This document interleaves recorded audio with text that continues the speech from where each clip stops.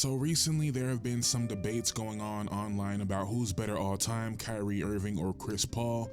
And that debate is one I am not really going to entertain because the obvious answer is Chris Paul.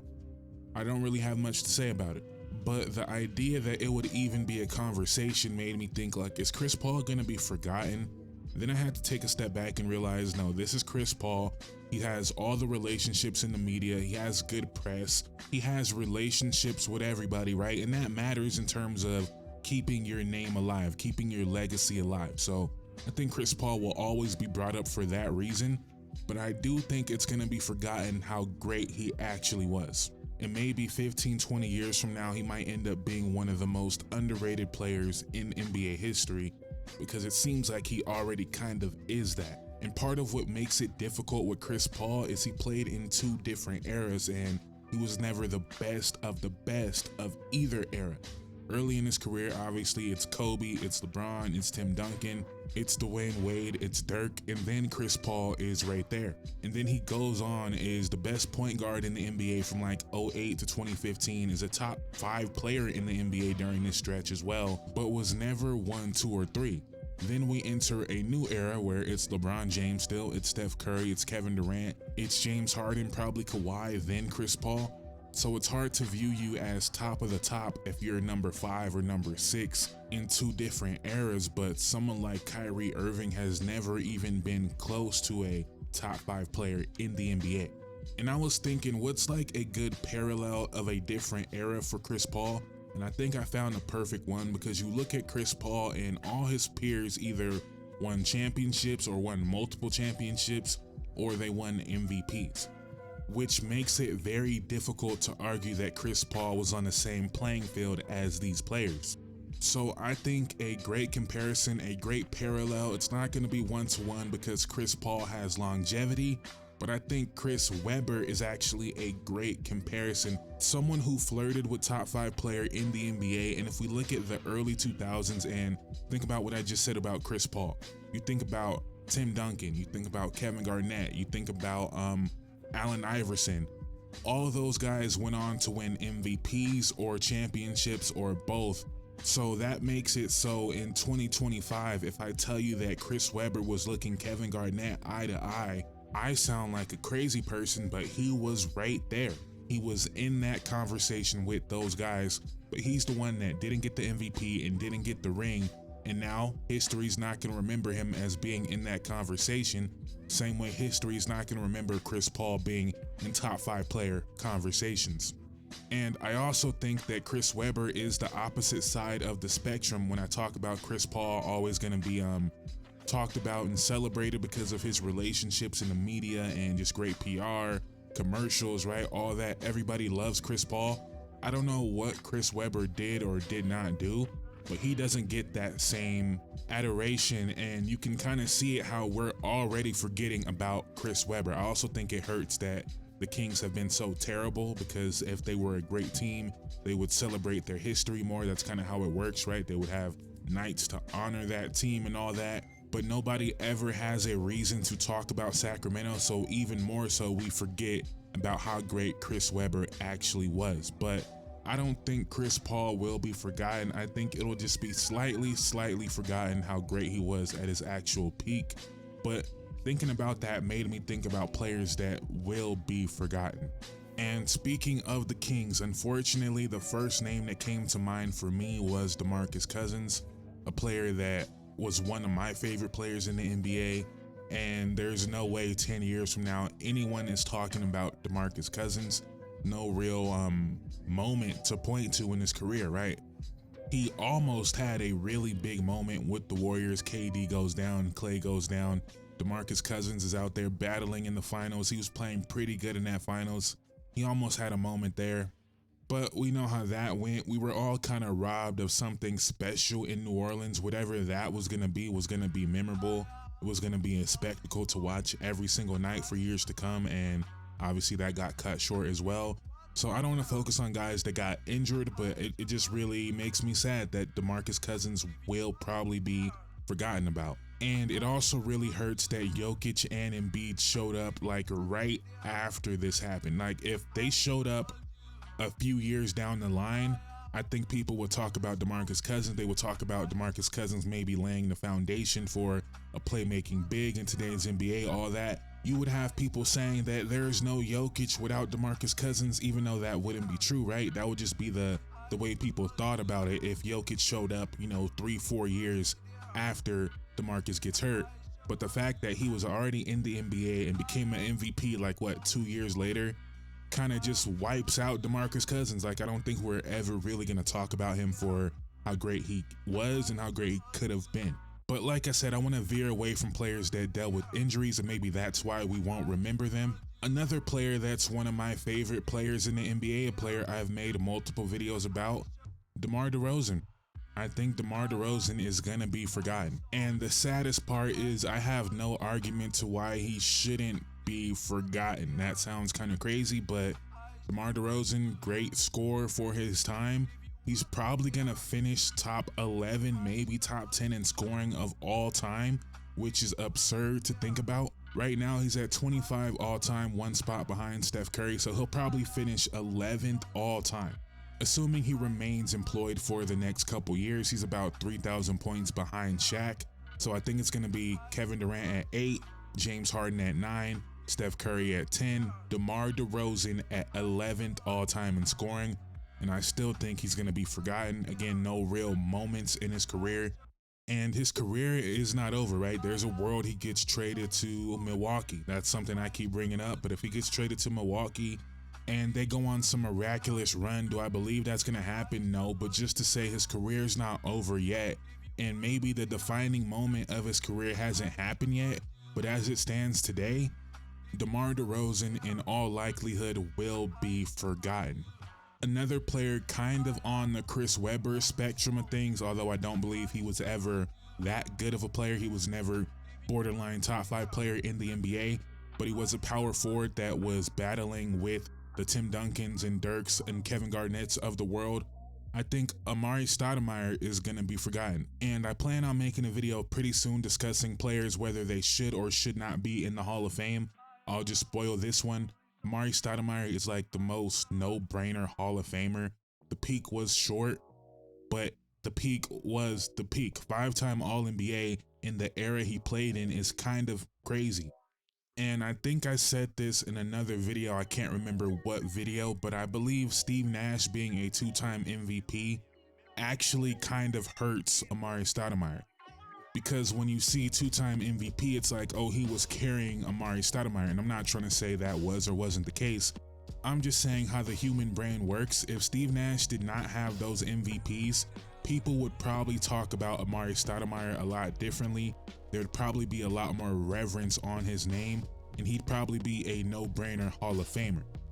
I'm not trying to blame anybody for that. I'm not trying to take away from Steve Nash. I'm just saying how the human mind works.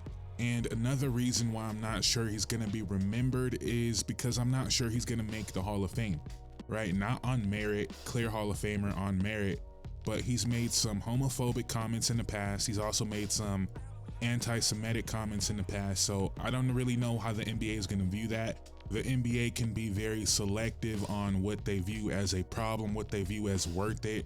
Of course, someone like Karl Malone, you can't keep out the Hall of Fame. You just can't keep him out the Hall of Fame. But someone like Kevin Johnson, you can keep him out, even though he's a deserving Hall of Famer, right? So I don't know, maybe I'm wrong on this one because I feel like Mike D'Antoni is going to be remembered. I feel like Steve Nash is going to be remembered. I feel like that team, 7 seconds or less, is always going to be remembered. But Amari Stoudemire maybe won't be remembered for how great he actually was. And I don't know why it seems different with like a Sean Kemp or a Blake Griffin. I feel like those guys are going to get their love more than Amari Stoudemire. And maybe I already answered my question and it's the MVPs, right? So let's move on. And I want to save some players for my upcoming Hall of Fame discussion because I was going to bring up like LaMarcus Aldridge. Will LaMarcus Aldridge be remembered? Probably not, right? Especially since Dame became the guy, face of the franchise guy. Then I was thinking like, will Dame be remembered? And Dame will be remembered because Dame has those moments, right?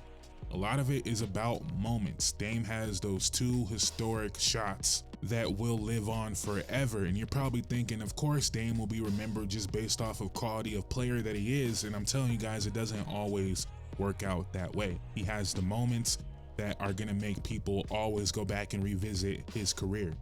You either have to be one of the best, like a top 3 or 4 player of your era, you have to have the moments, or you have to just have that cultural cachet, that cultural relevance like a Carmelo Anthony.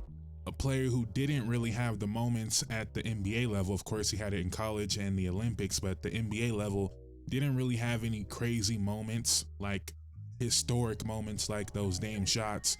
Didn't really have much playoff success, but everybody loved Melo.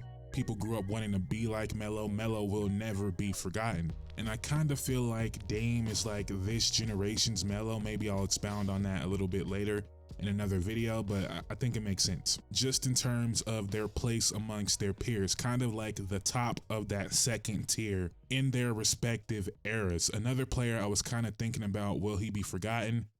Paul George. And you know, 2-3 years ago, I might have said, yes, Paul George is going to be forgotten. People think of him as a playoff failure, which I think is a little bit overstated.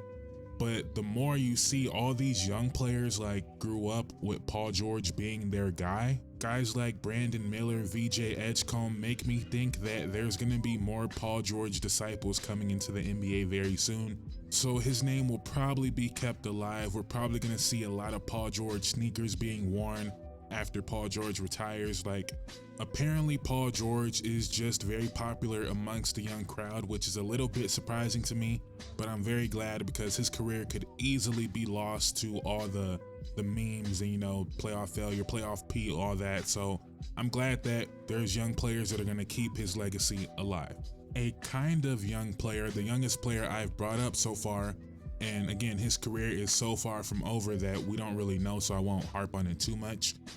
But I kind of think Donovan Mitchell will be someone that's forgotten, again, pending some championship run or some MVP type of run.